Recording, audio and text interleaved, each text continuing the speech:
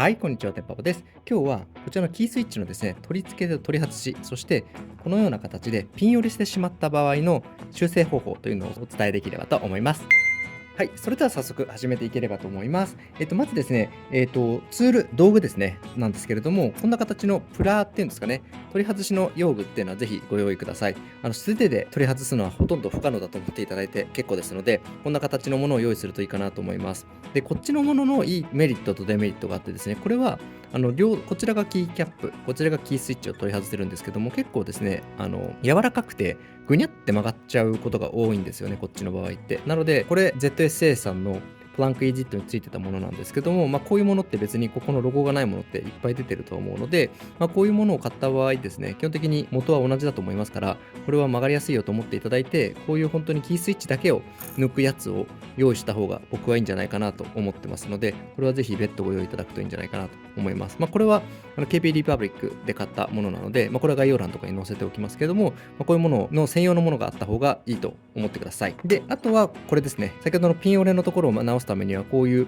ピンセットがあるといいので、これもぜひご用意いただければと思います。これは KBD ファンズさんで購入したものになりますので、これも概要欄に貼っておきます。はい。それでは、道具のご紹介しましたので、今度は取り付け方のお話できればと思うんですけれども、これ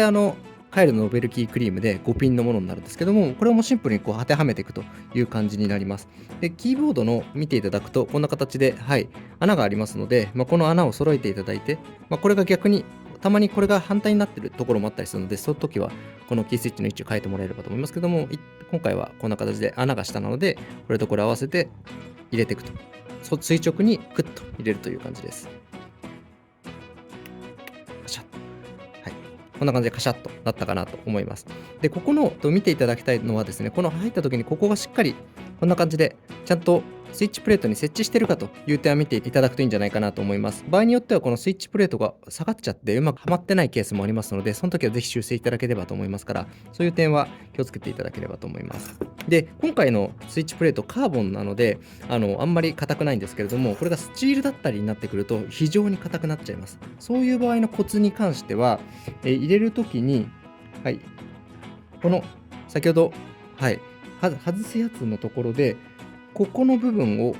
ここをですね、はい、押してあげると。なので、これをこう差し込むときに、この位置で、はい、クッと押しながら入れてあげると、カチッとはまりやすくなりますので、柔らかい素材のスイッチプレートならいいんですけども、硬いスイッチプレートを使っている場合で、入りにくい場合に関しては、さっきお見せしたように、もう一度やりますけれども、これを差し込むというか、クッと押すタイミングで、一緒にここを上からクッとやってあげて、カシャッと入れてあげるとうまく入りますので、こうやってやっていただければと思います。はい、そうしましたら、この取り外し方というところなんですけども、私自身もですね、初めてやった時、どっちなのみたいな、横なの縦なのみたいなところから全く分からなかったので、ぜひこれ参考にいただければと思いますけれども、ここにですね、見ていただくと、ここですね。はい。へこみがあると思います。こっち側もへこみがあると思います。ここにこれを差し込んであげるという感じです。で、ここでキュッと持っていただいて、あとは引き上げると。グラグラグラグラとやりながら、クッと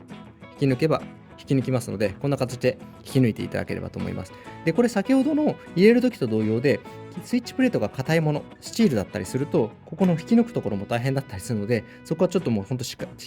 技になってしまったりとかなりますし、場合によってはここでスイッチが破損するということは全然ありますので、その時はもうちょっとしょうがないんですけれども、とにかくやる方としては、もう一度やりますが、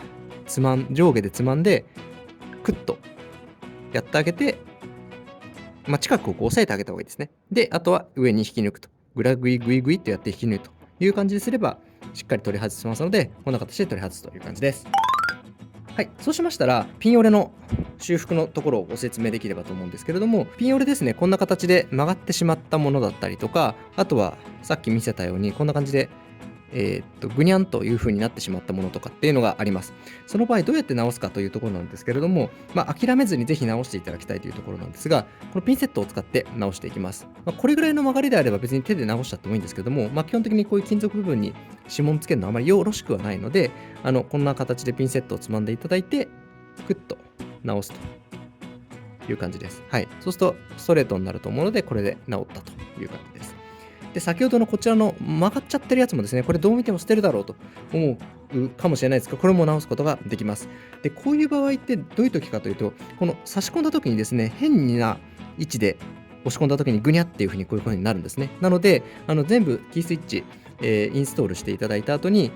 タイピングのテストだったりをしてもらった時に、タイピングの反応がない場合があります。その場合には、基本的にはちょっと1回、キースイッチ抜いていただくと、大体はピン折れが起きていて、そのピン折れを直せば直るということが多いので、ぜひ、そういう時はですね、ピン折れをチェックいただければと思いますし、ピン折れがなってると、大体こんな感じになってるので、これに関しても先ほどのピンセットを使ってクイッと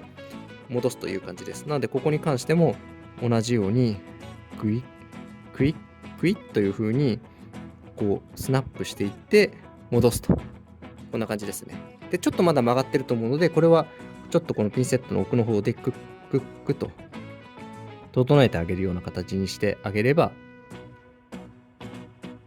はい、こんな感じで直ったかなと思います。ちょっとまだ曲がってますかね。よっ。はい、こんな感じかな。はい、曲がって、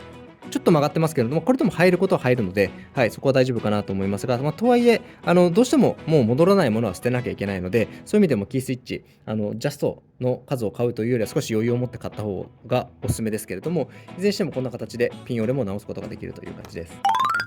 はい、そしたらまとめということになりますけれども、今日はですね、このキースイッチの取り付ける、そして取り外すという点をお伝えしてきました。あとは取り外した時のツールですね。こういうような、ツールをご説明したのと、あとピン折れをどうやって直すかというのをご説明しました。先ほど言ったように、硬いスイッチプレートだと本当に取りにくかったりするので、その時は焦らず、ゆっくり取り外していただくのがいいんじゃないかなと思いますし、先ほど言ったような、こういう専用のもの、しっかり硬いものをですね、ご用意いただく方が、そういう硬いスイッチプレートから取り外す時には間違いなくいいので、そういうものはぜひ購入いただけるといいんじゃないかなと思います。また、何かこの取り付け、取り外し、あとはピン折れの修正方法に関して質問あれば、コメント欄からご質問いただければ回答させていただきますので、よろしくお願いします。はい、そしたら最後にということで、今日の動画いかがだったでしょうか。ためになった、役に立ったという場合にぜひいいねボタンとチャンネル登録の方よろしくお願いします。今後もですね、こんな形でキーボードに関する豆知識だったりとか、あとはスイッチの話とか、キーボードの話とか、どんどんアップロードしていきたいと思いますので、ぜひ今後ともご覧になっていただければなと思います。まず今回はご覧になっていただいてありがとうございました。また次の動画でお会いしましょう。ありがとうございました。